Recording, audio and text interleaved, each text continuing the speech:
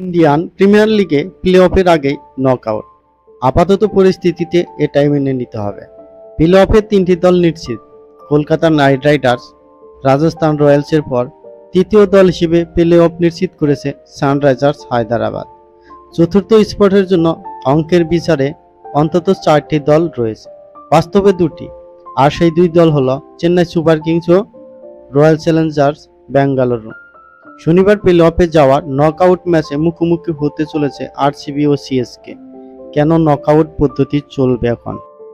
Knockout পদ্ধতি এ কারণেই বলা হচ্ছে, চেন্নাই সুপার কিংস ও রয়্যাল চ্যালেঞ্জার বেঙ্গালুরুর মধ্যে যে দল হারবে সে দল প্লে অফ থেকে ছিটকে যাবে, আর যে দল জিতবে সেই দল প্লে অফ নিশ্চিত করবে।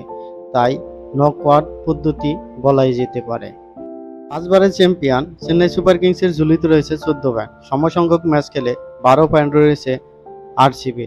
দক্ষিণ ডার্বিতে চেন্নাই সুপার কিংস জিতলে ছিটকে যাবে রয়্যাল চ্যালেঞ্জার্স বেঙ্গালুরু। আবার আরসিবি যদি 18 রানের ব্যবধানে চেন্নাইকে হারায় বা রান তাড়ায় 18.1 ওভারের আগেই জেতে, তাহলে নেট রান রেটে প্লে অফে চলে যাবে আরসিবি। আর 20টিতে ম্যাচ বেচতে গেলে কোনো অঙ্ক কিংবা সমীকরণই কাজে আসবে না। চেন্নাই সুপার কিংস সরাসরি চলে যাবে প্লে অফে।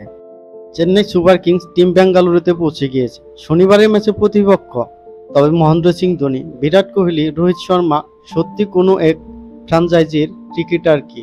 টেকনিক্যালি তাই, কিন্তু বাস্তবে দেশের প্লেয়ার, লেজেন্ড, তাদের কোনো প্রতিপক্ষ হয় না। বেঙ্গালুরু গ্যালারি নিঃসন্দেহে আরসিবির জন্য গলা ফাটাবে, আবার মহেন্দ্র সিং ধোনির জন্য, যেমনটা চেন্নাইয়ের মাঠে হয়েছিল। সিএসকের জয়ের প্রার্থনায় প্রত্যাশা ছিল বিরাট কোহলির ভালো খেলুক।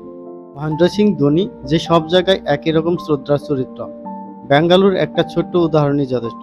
হঠাৎই রয়্যাল চ্যালেঞ্জার বেঙ্গালুরু ড্রেসিং রুমে ঢুকে গিয়েছিল মহেন্দ্র সিং ধোনি। আরসিবির সাপোর্ট স্টাফদের অভিব্যক্তি ছিল দেখার মতো। বিশ্বাসই করতে পারছিলেন না মহেন্দ্র সিং ধোনি ড্রেসিং রুমের বাইরে দাঁড়িয়ে।